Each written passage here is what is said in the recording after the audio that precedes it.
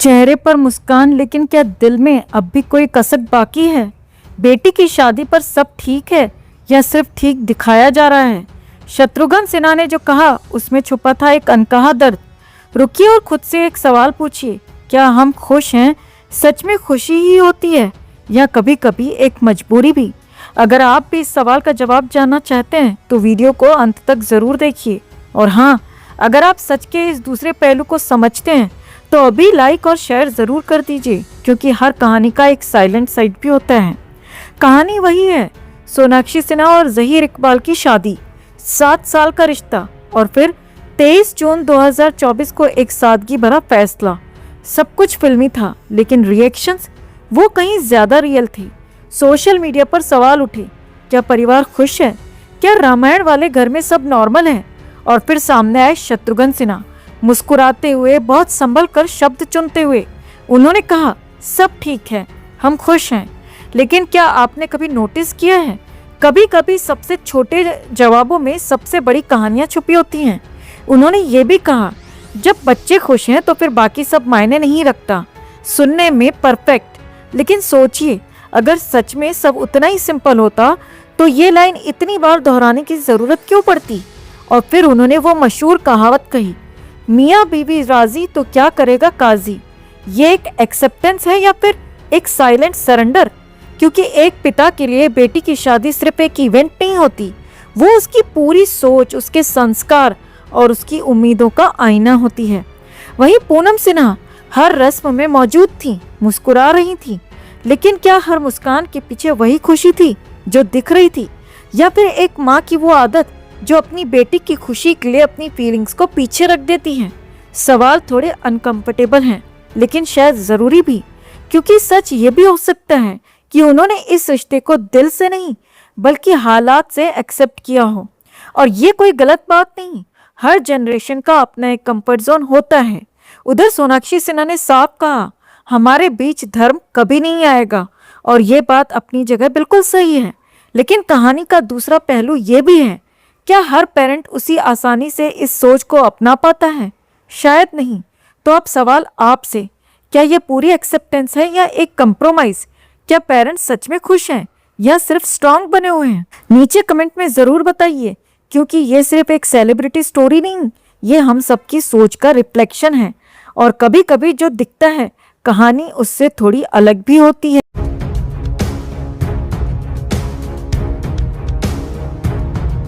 तो हम पहले दिन से बोलते आ रहे हैं कि सोनाक्षी की शादी से माँ बाप और भाई कोई भी खुश नहीं है। सोनाक्षी सिन्हा की शादी हो रही थी, लेकिन परिवार को पता तक नहीं था। मीडिया से परिवार को पता चला तो सोनाक्षी को ट्रोल किया गया कि उसने खुद अपने प्राइवेट माँ बाप को भी अपनी प्राइवेट शादी में नहीं बुलाया।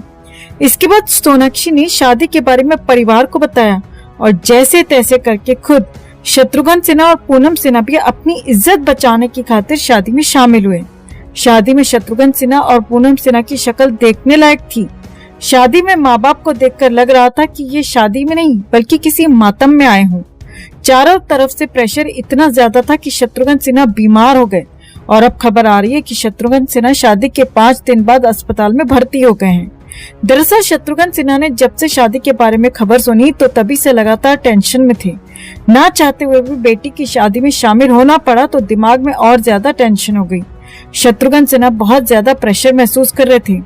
उसकी एक वजह यह भी है कि सोनाक्षी की शादी में दोनों भाई शामिल नहीं हुए थे और दोनों भाइयों की तरफ से शत्रुघ्न सिन्हा और पूनम सिन्हा पर भी दबाव था कि वो दोनों भी शादी में शामिल ना हो।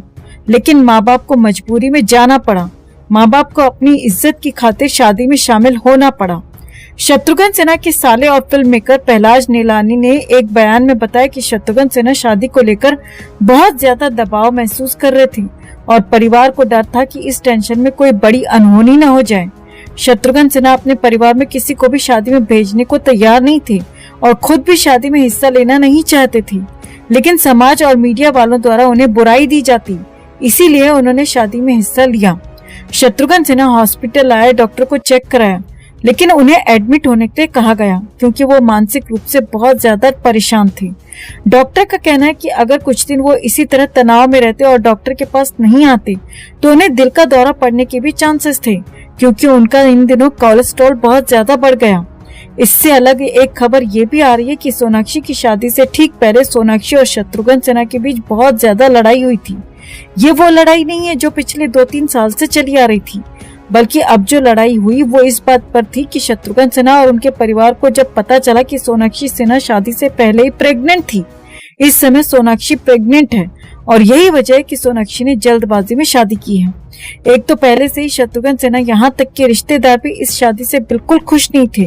ऊपर से मैडम मिम्बा होकर बैठ गई है, मिम्बा हो गई। अब शत्रुघ्न सिन्हा को ये टेंशन थी कि बेटी शादी से पहले चोर सिपाही का खेल खेल रही थी और माँ बाप को पता तक नहीं था। शत्रुघ्न सिन्हा भले ही अब भी लोगों को ये दिखाने की कोशिश कर रहे हैं कि वो इस शादी से खुश हैं, उन्हें कोई फर्क नहीं पड़ता और उनकी बेटी एक मुस्लिम से शादी कर रही है या हिंदू से, इससे कोई फर्क नहीं है।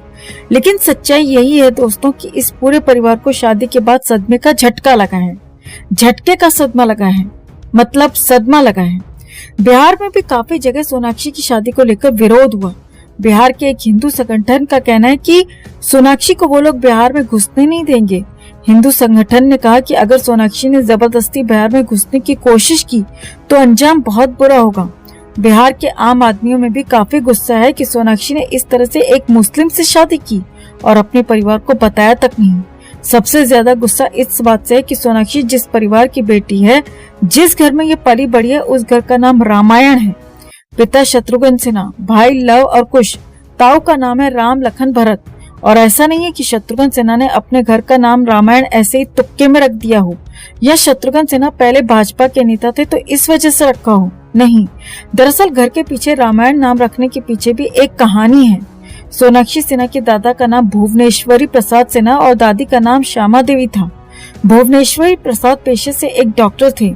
शत्रुघ्न सिन्हा ने अपनी बायोग्राफी एनीथिंग बट खामोश में लिखा है कि उनके पिता को कोई बच्चा नहीं हो रहा था। इसके बाद उनके पिता काशी के राम ने रामपति बैंक से राम नाम का कर्ज लिया।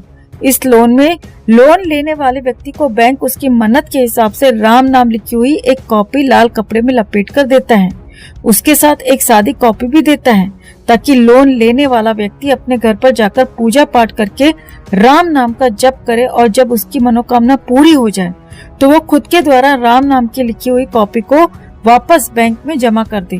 तो ये राम नाम से लोन लेना होता है। इसी के बाद भुवनेश्वरी प्रसाद को 4 बेटे हुए।